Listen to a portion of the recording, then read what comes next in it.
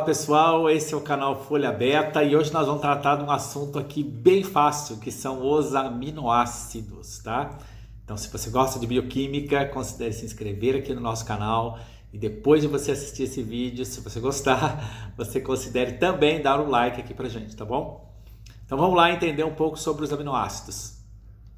Aqui a gente tem a fórmula geral dos aminoácidos, olha aí, ó. Os aminoácidos são formados por um grupo R, né, que a gente vai ver em breve, daqui a pouco. Esse grupo R é o que fornece as características físico-químicas para os aminoácidos, as propriedades de cada aminoácido, né? E aqui tem um grupo carboxila, né? E um grupo amina e um hidrogênio. Esses quatro grupos, carboxila, hidrogênio, amina e o grupo R, estão ligados a um carbono central aqui, que a gente vai ver daqui a pouco, né, que esse carbono tem algumas propriedades ópticas, tá bom? Então veja, esse carbono está ligado a quatro substituintes diferentes, né? A presença do ácido carboxílico é o que dá o termo ácido para o aminoácido. E a presença do grupo amina, aminoácido, certo?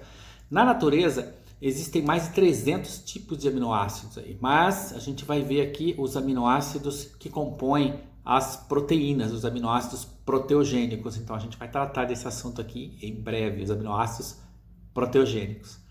Bom, e esse grupo R que eu disse aqui, que ele fornece as características físico-químicas para os aminoácidos, eles podem ser assim, olha ali, ó, aqui tem alguns exemplos de grupos R, não tem todos os grupos R de todos os aminoácidos não. Bom, você vê ali, ó, a glicina tem um hidrogênio como sendo um grupo R, bastante simples. Existem grupos R que são bastante grandes, como por exemplo a da fenilalanina, da tirosina, do triptofano. Existem grupos R também que são formados de cadeias carbônicas ramificadas, como é o caso da leucina, da isoleucina, que nem estou mostrando aqui, tá bom? Então, esses são alguns grupos R dos aminoácidos e são eles que fornecem as características físico-químicas e as propriedades dos aminoácidos. O que torna um aminoácido diferente do outro é esse grupo R aqui. Bom, a gente pode representar os aminoácidos quimicamente, né, por meio da projeção de Fischer. Ela é bastante útil. É essa forma de representação aqui, ó. A gente estuda isso em química geral, em química orgânica, né? Então é a forma da gente representar os aminoácidos, é bem simples, não tem problema, né? Os carbonos ali, ó, aqueles carbonos centrais ali são omitidos, né? Então não há problema nenhum. Isso aí a gente estuda bastante aí em química, né? Os aminoácidos, eles são precursores de peptídeos e proteínas. É verdade, olha aqui, ó. Ali você tem o paratormônio, a calcitonina, o ADH, a ocitocina, todos são hormônios, todos são peptídeos aqui, né? Então você vê que cada letra ali significa um aminoácido. Depois a gente vai entender como que essa letra, né, significa um aminoácido, tá? Mas veja, o ADH, a ocitocina, a calcitonina, todos são peptídeos e proteínas. Então os aminoácidos, eles são os alicerces, os tijolos formadores dos peptídeos e proteínas, tá? Essa não é a única função dos aminoácidos, mas é uma função bastante relevante dos aminoácidos. E aqui você vê, olha lá. Ali você vê uma cadeia polipeptídica, uma cadeia linear, né? Então tem toda a sequência de aminoácidos ali, olha, arginina, lisina, asparagina, ácido glutâmico e assim por diante, né? Vários aminoácidos. Essa cadeia depois se dobra, né? E a proteína então adquire uma forma enovelada, a sua forma nativa, que a gente vai ver aqui um pouco mais adiante. Mas o que está mostrando aqui nessa figura são coisas interessantes. Às vezes os aminoácidos estão distantes uns dos outros. Por exemplo, a prolina aqui embaixo, ela pode estar muito distante da lisina, lá em cima, né, na cadeia linear. Mas quando acontece o enovelamento proteico, esses aminoácidos passam a se tornar-se próximos, tá? Mas quem determina esse enovelamento, a gente vai ver mais para diante, são forças termodinâmicas, tá bom? Fácil, né?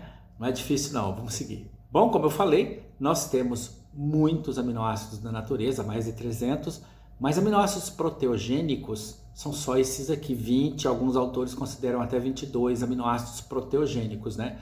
Mas existem os aminoácidos que não são proteogênicos, ou seja, que não dão origem às proteínas.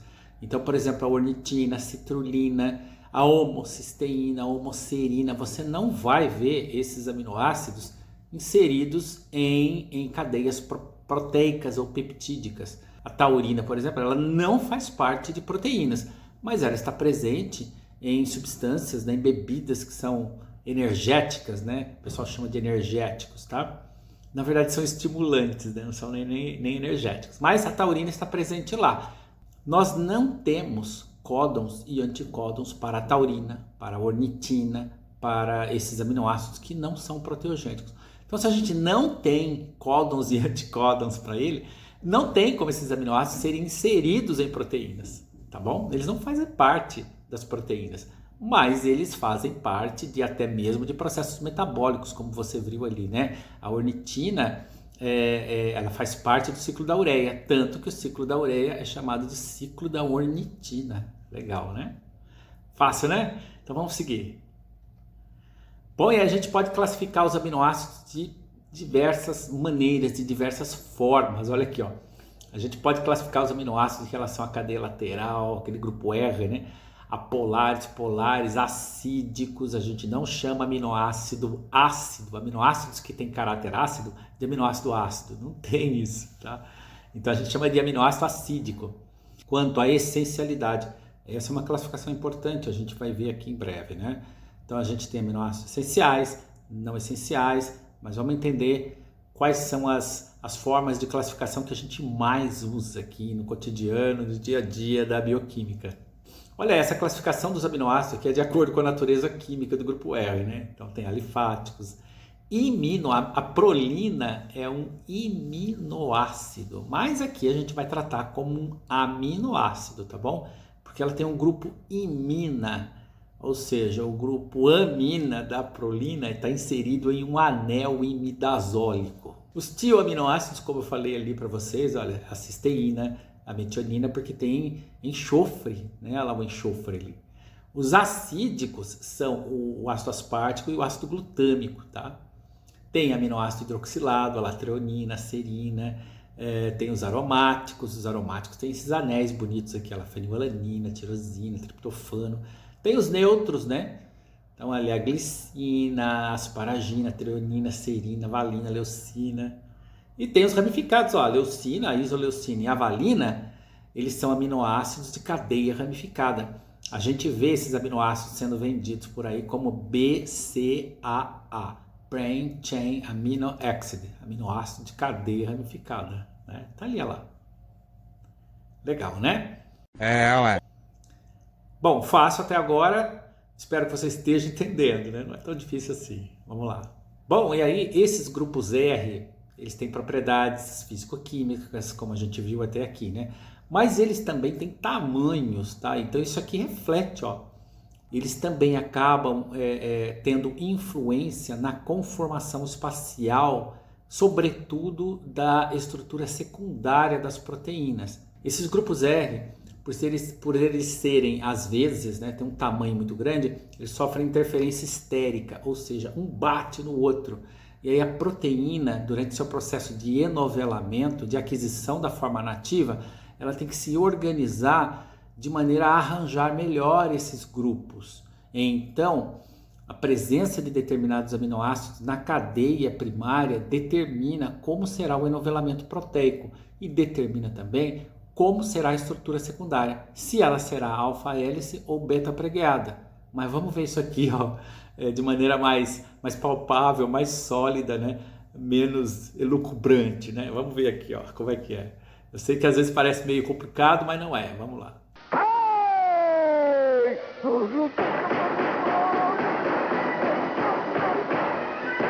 Graça! É brincadeira! É brincadeira! Bom, o que eu estava dizendo é o seguinte, ó. Quando a proteína vai se enovelar, e a gente tem um vídeo aqui falando de enovelamento proteico, ou seja, aquisição da forma nativa da proteína, os aminoácidos, eles podem se organizar formando alfa-hélices. Ali você vê uma alfa-hélice ali, tá vendo? Alfa-hélice. Mas também podem eles se organizar formando uma estrutura beta-pregueada. Então a estrutura secundária da proteína, ela pode ser uma alfa-hélice ou uma estrutura beta-pregueada. Alguns aminoácidos favorecem a alfa-hélice. Olha lá, A alanina, a leucina, o ácido glutâmico, a metionina, a arginina e a glutamina favorecem a alfa-hélice. Mas quais são os aminoácidos que favorecem a folha beta e, portanto, desestabilizam a alfa-hélice? A prolina, a glicina, a tirosina, a serina e o ácido aspartico, tá? Aí você pode falar assim, puxa vida, mas a glicina, o grupo R da glicina, ele é um hidrogênio só. Como que ele vai desestabilizar a alfa-hélice? Só que o grupo R da glicina, ele é tão pequeno, é só um átomo de hidrogênio, que a glicina passa a ser um aminoácido muito flexível e desestabiliza a alfa-hélice. Então, através de forças termodinâmicas, a proteína imediatamente se rearranja formando uma estrutura beta-pregueada. Mas vamos ver isso aqui numa forma gráfica, né? Então vamos pôr no gráfico agora, ó. Tá aqui, pôr no gráfico aqui, ó. Aminoácidos e suas implicações na propensão à formação da alfa-hélice. Olha aqui, ó, todos esses aminoácidos aqui em verdinho têm forte propensão a formar uma alfa-hélice. Esse cálculo aqui, a gente não vai ver como esse cálculo acontece, mas aqui, ó. Mas se esse número aqui for maior que 1.2, tem forte tendência a adquirir a alfa-hélice. Agora, se for moderado de 0,8 a 1.2, pode ser que forme a alfa-hélice, pode ser que não, né? Então, assim, mais ou menos.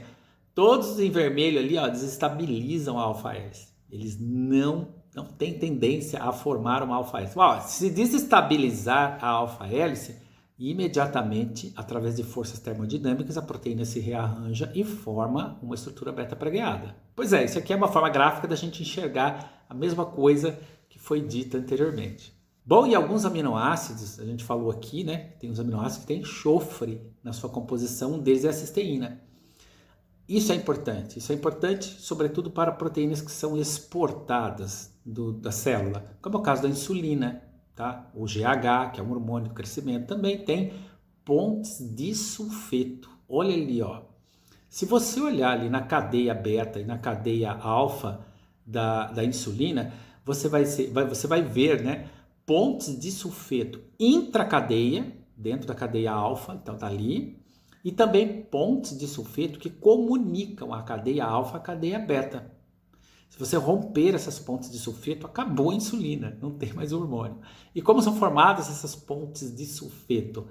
Elas são interações, ó, duas cisteínas são oxidadas para formar uma molécula de cistina. São interações entre duas cisteínas que formam essas pontes de sulfeto.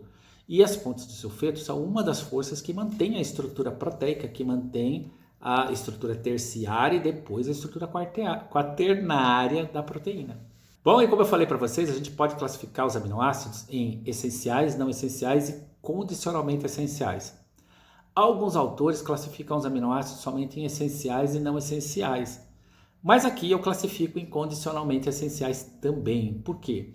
Porque existem algumas condições em que esses aminoácidos são mais necessários, o aporte deles se faz mais necessário, mais importante, né? Você precisa de mais aminoácidos, por exemplo, na senilidade, né? Nos idosos, nas crianças em crescimento, nas mulheres grávidas. Então são condições em que esses aminoácidos devem estar em uma quantidade um pouquinho maior. Depois, se essa condição não estiver mais presente, como a gravidez, por exemplo, né?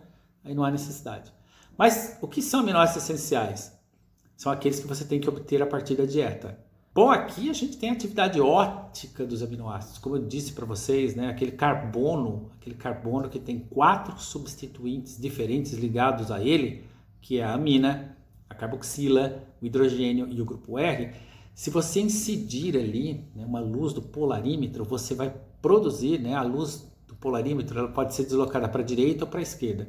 Se ela for deslocada para a direita, a gente tem a forma dextrorotatória. Antigamente se chamava isso de dextrógiro, né? Se a luz do polarímetro for deslocada para a esquerda, a gente tem a forma levorotatória, tá? Ou levógira. E o polarímetro é esse equipamento aqui, né? O polarímetro, ele incide a luz naquele carbono ali, no carbono assimétrico. Antigamente também era chamado de carbono quiral, tá? E a luz pode ser deslocada, né, para a direita ou para a esquerda. Mas olha aqui, ó, a isoleucina e a treonina têm 2 centros assimétricos.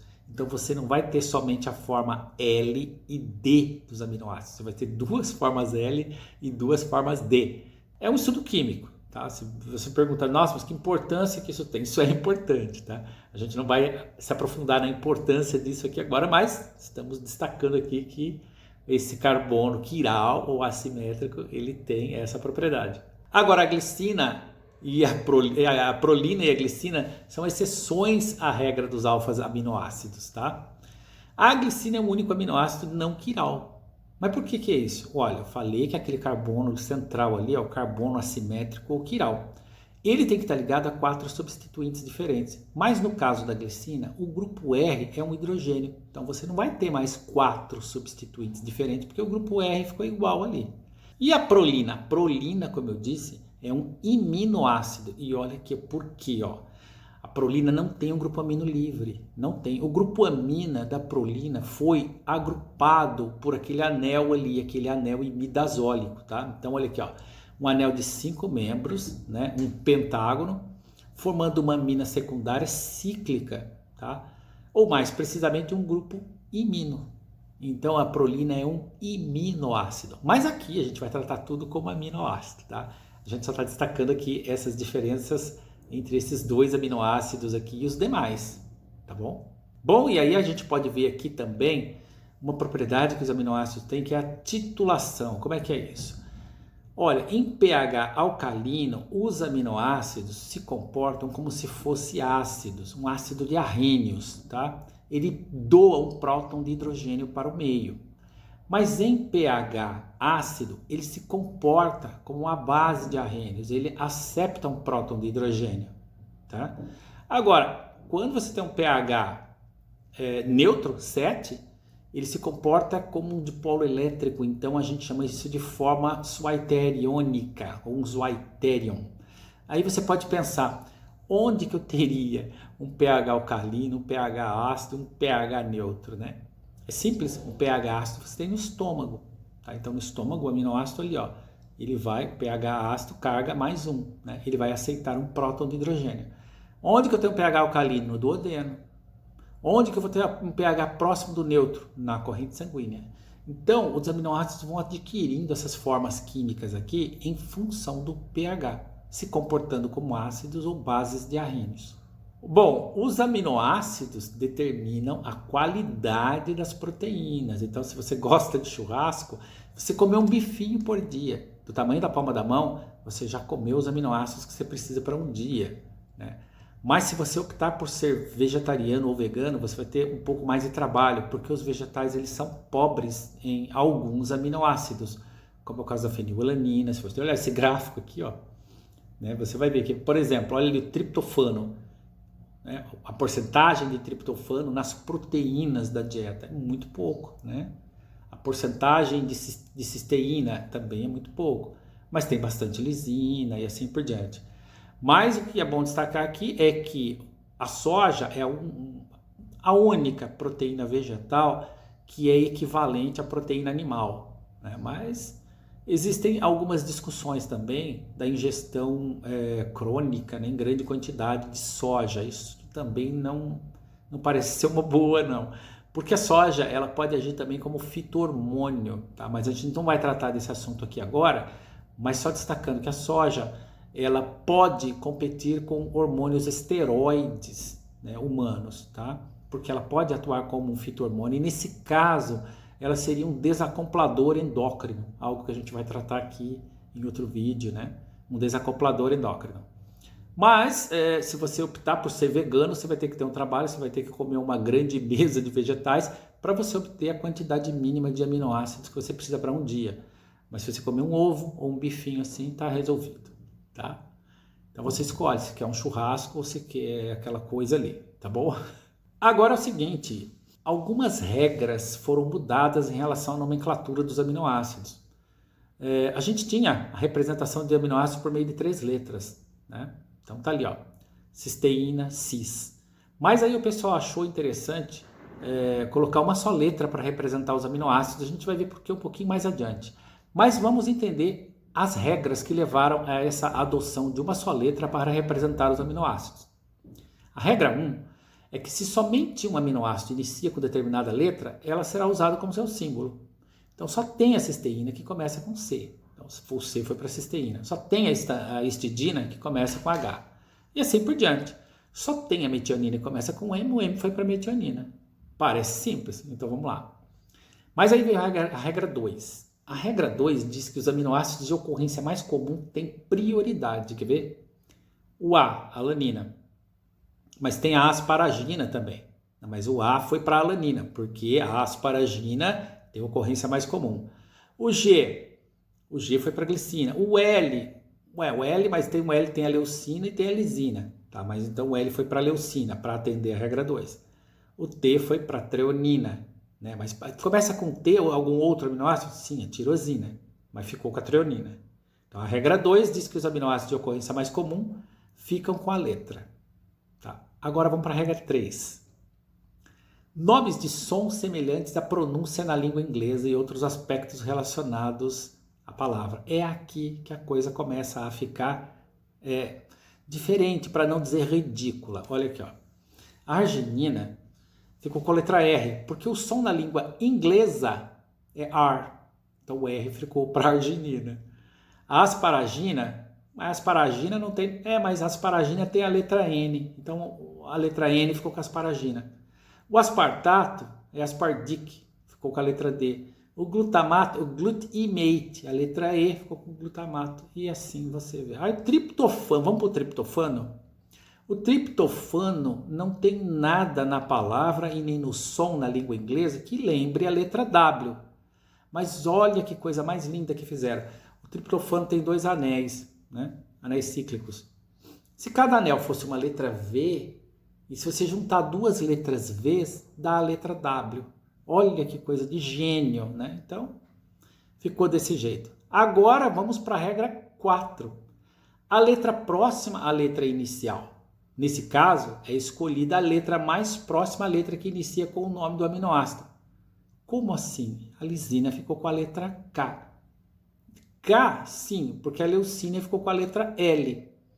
E JKL. Então, peraí, o K está próximo do L, mas como o L foi para a leucina, então o K fica com a lisina. E aí, você gostou? É isso que acontece quando gente que tem miolo mole faz as regras, né? A tabela periódica foi feita em latim. Aquilo lá faz sentido. Você quer ver por quê? Hg, hidrágeno, né? Mercúrio. O que mais?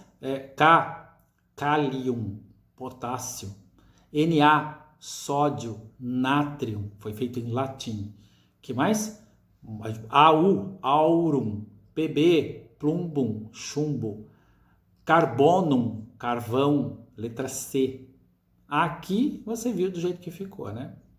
Então, se você gostou, deixa aqui nos comentários. Fala, adorei a regra 4, a que eu mais gostei. Então vamos seguir. Bom, por que tudo isso foi feito, né? Por que mudar as 3 letras para uma só letra? Por causa dessas coisas aqui, ó. Se você vai fazer uma estrutura como um receptor desse aqui, se você substituir cada uma letra só que tem aqui por 3 letras, esse negócio fica gigante, tá? Então, a adoção de uma só letra teve como propósito você melhorar a representação de estruturas proteicas, né, nos livros, nos artigos científicos. Então, foi algo assim, buscando uma praticidade. Bom, os aminoácidos também estão envolvidos aqui em aspectos clínicos. Por exemplo, você tem a fenilcetonúria, que é uma condição, né, um erro inato do metabolismo, no qual você tem a ausência da enzima fenilalanina hidroxilase, conhecida como PKU. A PKU, ela converte a fenilalanina em tirosina. E essa aqui, a PKU, essa estrutura aqui, essa enzima, né? Quando não há conversão da fenilalanina em tirosina, começam a aparecer no plasma estruturas conhecidas como fenilcetonas. Essas formas químicas aqui, ó. Fenilpiruvato, fenilactato e fenilacetato. Na verdade, isso interfere no desenvolvimento do sistema nervoso, causando até convulsões, por exemplo, mas a gente não vai entrar nos erros inatos do metabolismo imediatamente agora, porque terá um vídeo somente para isso. Não existe só esse erro inato do metabolismo, existem outros, tá? Mas a fenilcetonúria, ela pode ser rastreada por meio do teste do pezinho. Então, o teste do pezinho, ele vai buscar identificar a presença ou ausência da fenilalanina hidroxilase, a enzima, tá? E se porventura identificar a fenilcetonúria, medidas são tomadas para não expor a criança à fenilalanina, porque ela será incapaz de converter a fenilalanina em tirosina. Muito bem, a gente pode abordar também a questão que trata dos aminoácidos, além da sua composição de peptídeos e proteínas. Sim, mas isso a gente vai tratar mais adiante, senão esse vídeo aqui vai ficar gigantesco, tá bom? Toda a referência bibliográfica eu obtive aqui desse livro aqui, que eu mesmo escrevi. Se você ficou com alguma dúvida, deixa aqui nos comentários. Então até mais, tchau!